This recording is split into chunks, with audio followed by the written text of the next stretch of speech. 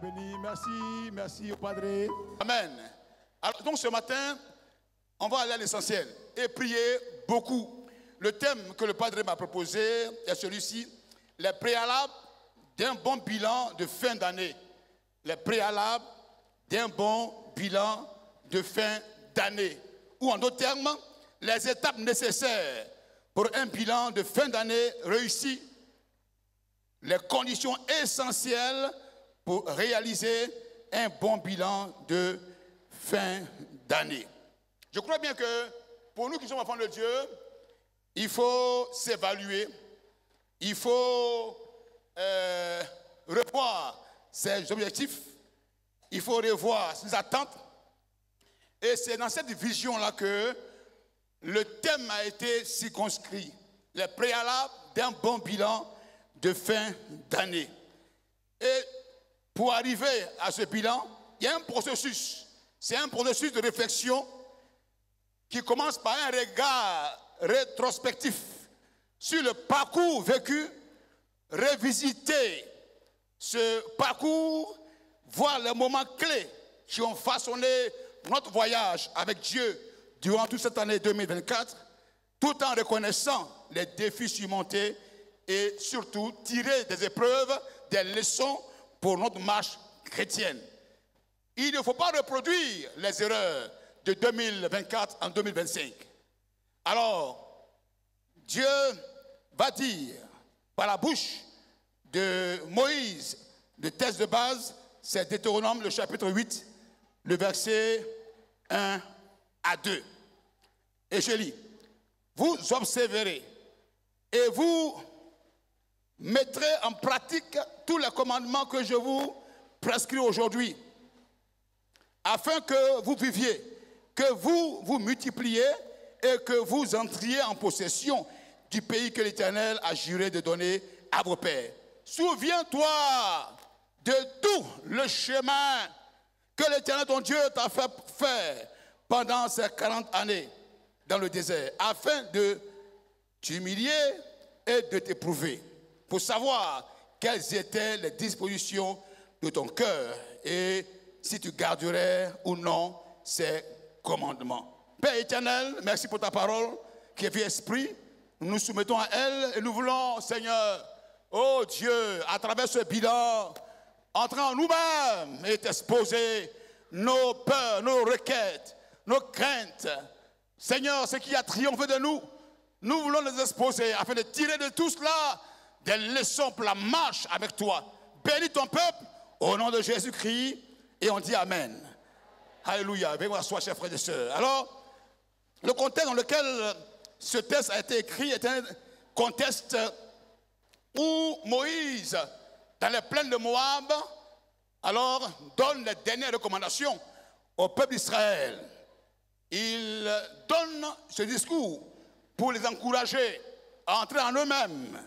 Et c'est juste avant la traversée du Jourdain pour conquérir la terre promise.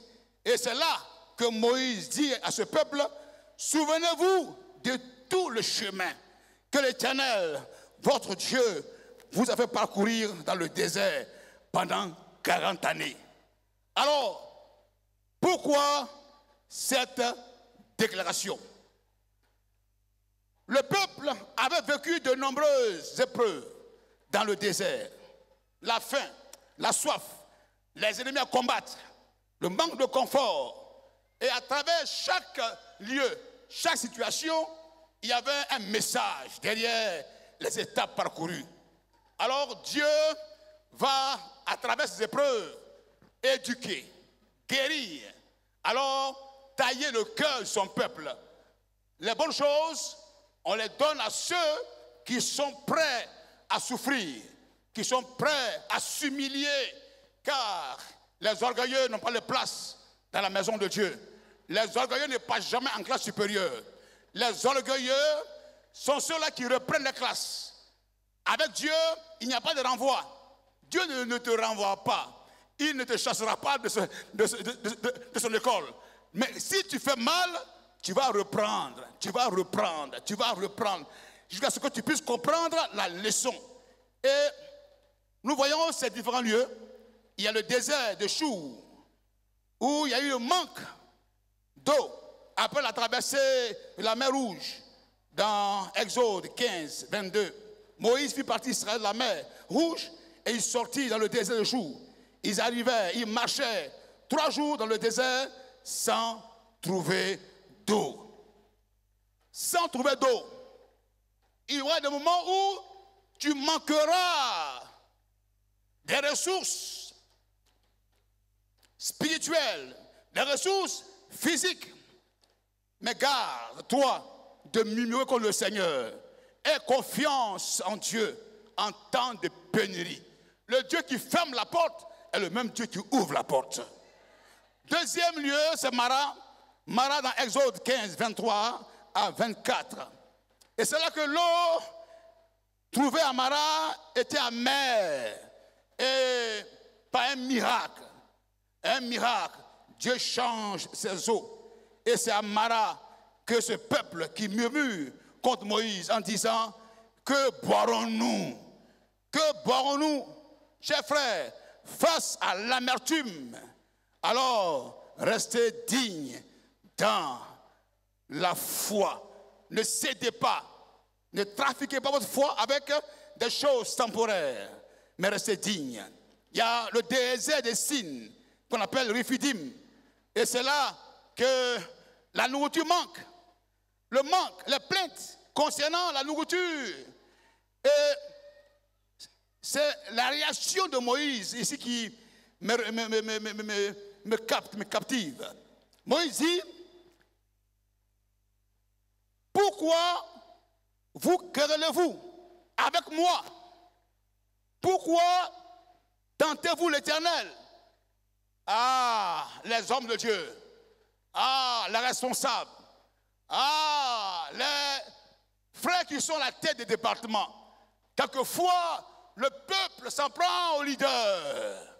Oui, il nous manque de la nourriture. Pourquoi tu nous envoies là? Pourquoi nous amener dans tel territoire? Ici, le peuple s'est levé contre le leader. Frère, il n'y a pas de salut pour quiconque se lève contre un leader. Le leader, c'est Dieu qui l'a établi. Selon Éphésiens 4, 11, c'est Dieu qui a établi les prophètes, les pasteurs, les évangélistes, les ministères dont ont été établis, et ces ministères sont rattachés à une onction. Avec le Saint-Esprit, quiconque attaque un ministère, attaque le Saint-Esprit, attaque la Sainte Trinité, attaque le ciel et a sur lui la main de Dieu. Tu ne pourras pas t'en sortir. Les murmures, c'est normal, mais il faut savoir canaliser ces murmures pour ne pas porter atteinte à sa vie. Le second lieu, c'est le mont Horeb, au Sinaï. Et c'est là que Dieu donne la loi. Là, le peuple est ici dans la situation d'idolâtrie, le veau d'or. Le veau d'or. Le veau d'or. Le veau d'or. Plusieurs ont adoré des veaux d'or. Mais 2025 n'est pas le lieu d'adorer ces veaux d'or. Tous les veaux d'or doivent tomber.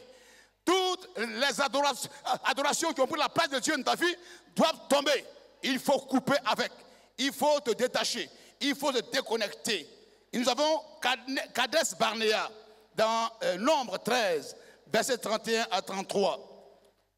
Kades Barnea. Le désert des parents. Le mont Nebo, la plaine de Moab. Et c'est dans ce contexte que je situe le chapitre 8, verset 1 à 2, qui a été lu. C'est là que Moïse dit au peuple: souvenez-vous. Souvenez-vous. Il faut se souvenir. Il faut entrer en soi-même pour pouvoir tirer les leçons pour avancer avec Dieu. Moïse leur demande de se souvenir. Avant la traversée du Jourdain pour la terre promise, il faut les préalables. Il faut mettre en état ce qui est dans le désordre, dans le déséquilibre. Il faut guérir ce qui reste à guérir. Il y a tellement de choses. 2024 a été une année d'épreuves, de larmes, une année de maladies, une année de combat, une année de querelles, de disputes dans le foyer, des dissensions, où les enfants se lèvent contre leurs parents. Une année où les ténèbres ont envahi nos nations, où le péché atteint son point culminant. Mais Dieu dit ceci, un message à la Côte d'Ivoire, à l'Afrique, au monde entier. Sachez marcher avec Dieu. On ne mélange pas les choses. On ne brise pas ce que Dieu a établi, l'ordre établi. Dieu a dit un homme pour une femme, pas un homme pour un homme, ou une femme pour une femme. Dieu a dit l'homme et la femme. Et de plus en plus, les nations se lèvent et veulent faire ce qu'ils veulent faire. Ils veulent manger, ils veulent boire, se divertir. C'est un piège pour nous, chers frères et sœurs. Bientôt, c'est le 31 janvier. C'est les fêtes de Noël et de Nouvel An. Plusieurs se focalisent sur le vêtement, sur le boire, le divertissement. Mais ce qui est plus important, ce sont les préalables. Il faut entrer en toi-même, te souvenir de tout le chemin par lequel Dieu t'a fait passer. Le texte dit, souviens-toi. Nous sommes ici dans une église d'un docteur, du padre, et il nous a souvent parlé du verbe zakar. Zakar, qui se traduit par avoir en mémoire, penser à, se remémorer. Mais ce verbe-là, en hébreu, va au-delà du simple fait de se remémorer, de penser ou de réfléchir. Mais il va au-delà, dans le sens d'agir en conséquence. Réfléchir pour agir en conséquence. Réfléchir pour tirer des leçons de nos erreurs. Il faut agir, réfléchir, mais agir. Ne pas rester passif. Ne pas rester là, les bras croisés, pour seulement entrer dans un état de souvenir simple, pour penser, pour avoir mémoire. Mais il faut faire un travail de fond sur nos cœurs, sur nos vies. Et le padre a dit ceci, que le mot zakar est composé de 3 lettres en hébreu. Nous avons le zain, le kaf et le resh. Et dans la valeur numérique de ces 3 mots, de ces 3 lettres, le zain, c'est le chiffre 7, le kaf, le chiffre 20, le resh, 200. Et quand on fait la somme de 7 plus 20 plus 200, ça donne combien? 227. Et 227, c'est 2 plus 2 plus 7 égale à combien? 11. Et le chiffre 11, c'est le chiffre du déséquilibre. Le chiffre 11 est le chiffre du pas encore. Le chiffre 11 est le chiffre de la transition. Pour dire que ce qui arrive, c'est le 12, mais Dieu te donne un temps de grâce, une parenthèse, pour mettre en ordre ce qu'il faut mettre en ordre pour atteindre la terre promise. Dis Amen. Dis Amen. C'est le temps de transition. Le temps où Dieu entre par sa grâce dans le temps de l'homme. Pour dire, tu as mal vécu, mais je t'accorde encore du temps. Je t'accorde encore du temps. Chers parents, chers frères et sœurs, chers chefs de famille, Dieu nous accorde encore du temps. Le temps. Il faut profiter de ce temps-là. Jésus est arrivé à Jérusalem, et il a trouvé le temple avec des voleurs, des vendeurs, des pigeons. Et le texte dit ceci, quand Jésus a remarqué le désordre, il n'a pas agi sur le coup. Mais le lendemain, il est venu. Et ce lendemain était le temps de transition. Le temps, le chiffre 11, pour dire à Israël, je te donne encore du temps, ce jour, jusqu'à la nuit, jusqu'à demain matin, pour que tu puisses balayer. Mais le peuple n'a pas compris ce temps de transition. Jésus est revenu avec un fouet et il a soigné, il a guéri, il a libéré le temple. Frères, sachons comprendre le langage de Dieu. Le temps de transition, le temps de préalable est un temps très important. Je vous envoie, frères et sœurs, à vous mettre à genoux et demander pardon à Dieu pour tout ce qui a été désordre, tout ce qui a été querelle, palabre, la méchanceté, là où on a été défaillant.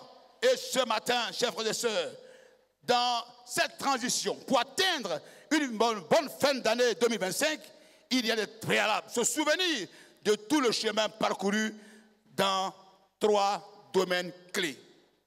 Le premier domaine, c'est dans le domaine de ta vie spirituelle privée. Deuxième domaine, de ta vie d'église. Troisième domaine, dans le domaine de la mission et de l'évangélisation. Combien de temps as-tu passé dans la prière? Combien de temps as-tu passé dans la communion avec Dieu? Comment est-ce que vous avez inculqué les principes bibliques à votre famille? Les leçons que vous avez apprises, la manière dont vous avez partagé votre foi avec les autres, la manière dont vous avez pris soin de votre corps, en reconnaissant qu'il est le temple du Saint-Esprit, un corps qui a été gavé, un corps qui a été blâmé, brimé. Il faut prendre soin de son corps en tant que chrétien. Des maladies qui sont liées à la peau t'atteignent et tu ne comprends pas. C'est le temps de transition, il faut réfléchir. Pourquoi un tel mal ou tel dermatose atteint ma peau? Alors, prendre le temps de se soigner. Il faut prendre soin de sa vie spirituelle privée, sa vie spirituelle personnelle, de ses enfants, de sa famille. Tu es encore là et tu n'as aucun terrain. Et tu vis, tu manges, tu vas de fête en fête. Et tu ne te soucies pas du temps qui passe. Entre en toi-même. 2025 est l'année de la réalisation, l'année des projets, l'année des objectifs. Sois conséquent envers toi-même. Allez, prends soin de ta famille. Chers frères et sœurs, je vous interpelle à entrer en vous-même dans le domaine spirituel privé, dans ta vie d'église. Comment tu as participé à la vie de l'église? Est-ce que tu as contribué à la croissance spirituelle de l'église? Est-ce que tu étais fidèle dans l'adoration, les cultes? Est-ce que tu étais là tous les jours? Les activités de l'église, où étais-tu? As-tu une famille?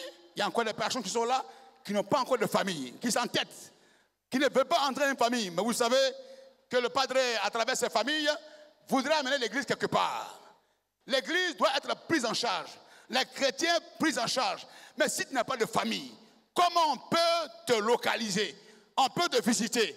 Frère, je te supplie, dans la compassion de Dieu, ce matin, alors regagne une famille rapidement et entre dans la dynamique de l'église.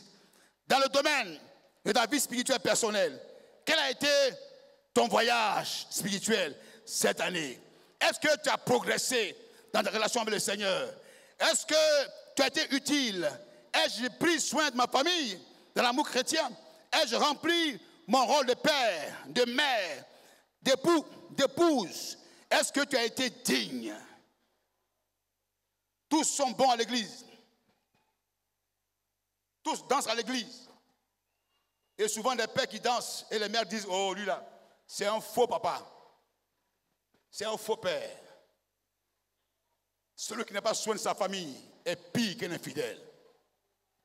Et je le dis aux femmes, prenez soin de vos maisons. Aux pères, prenez soin de vos familles, de vos enfants. Il faut entrer en soi-même. Dans le domaine social, est-ce que tu as fait preuve de charité, d'amour?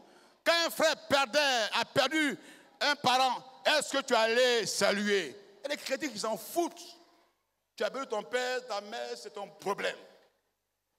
Ils ne vont jamais te visiter. Dans la même cellule, aucune compassion. Frère, où est-ce qu'on est même? On est où? L'amour vrai, l'amour qui vient de Dieu consiste à visiter les orphelins. Ce que le cœur brisé les veut, c'est un cœur de compassion. Voilà comment se résume la vie chrétienne. C'est une vie de compassion. Impacter pour impacter. Impacter pour témoigner. Oui. As-tu fait preuve de charité et de solidarité? Il ne cotise jamais. On envoie un message, il ne donne rien. Et c'est eux, après, qui viendront pour dire, il n'y a pas l'amour à l'église. Ai-je utilisé mes dons et mes talents pour servir l'église et le royaume de Dieu? Frère, il y a tellement de questions qu'on doit se poser. Mais je vais atterrir sur le troisième domaine, le domaine du salut des âmes. Ai-je été fidèle à partager l'évangile avec les autres? Ai-je pris part aux efforts d'évangélisation dans ma ville? Ai-je été utile aux missionnaires? L'Europe m'a donné de comprendre que nos frères en Europe doivent être soutenus. Ce n'est pas du leurre ou ce n'est pas, voilà, être en Europe.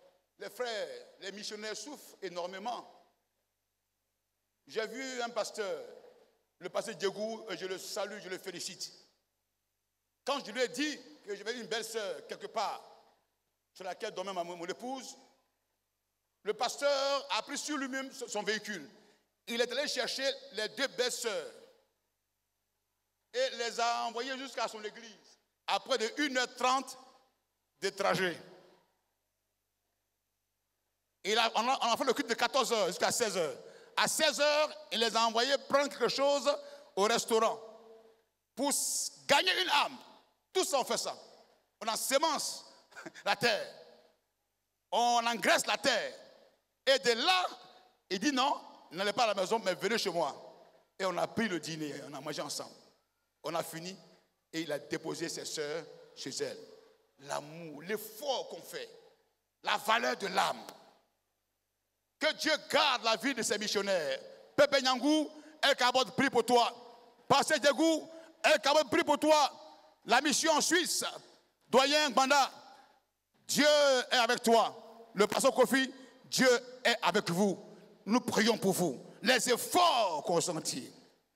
Alors, sommes-nous des évangélisateurs? Donnons-nous nos quotes-parts. Est-ce qu'on est fidèle dans le soutien à la mission? Chers frères et sœurs, je voudrais m'arrêter là. Tellement de choses à dire, des questions qu'on peut se poser ce matin et qui peuvent nous aider à faire un très bon bilan avant la traversée du Jourdain. Le Jourdain annonce la fin du désert et nous prépare à entrer dans la terre promise. Nous sommes en train de préparer. Bientôt, c'est du 26 décembre jusqu'au 30, nous avons la conquête de l'année. Chacun sera utile à prier, à intercéder. Mais avant cela, remets-toi entre les mains du Seigneur. Merci Jésus. Père éternel, merci pour ce temps de rétrospection où nous entrons en nous-mêmes, comme le peuple d'Israël qui a demandé, Seigneur, à réfléchir et à s'engager conséquemment et à traduire ces épreuves en joie, ces combats en victoire. Seigneur, après confession, oh Dieu, nous reconnaissons nos péchés, nous les reconnaissons et nous voulons les abandonner. Là où, oh Dieu, nos familles n'ont pas été à la tâche, là où le ministère a pris un coup, là où la vie de prière a pris un coup, notre service, notre adoration, nos offrandes, notre libéralité, notre charité envers autrui, Seigneur, tu es là ce matin pour guérir et pour nous relever. Alors en retour, tu bénis ton peuple. Tu bénis la famille, tu bénis les frères et sœurs. Au nom de Jésus-Christ, soyez bénis ce matin. Pour un nouveau départ, soyez comblés ce matin. Pour un nouveau départ, soyez relevés ce matin. Pour un nouveau départ, au nom de Jésus. Amen. Amen.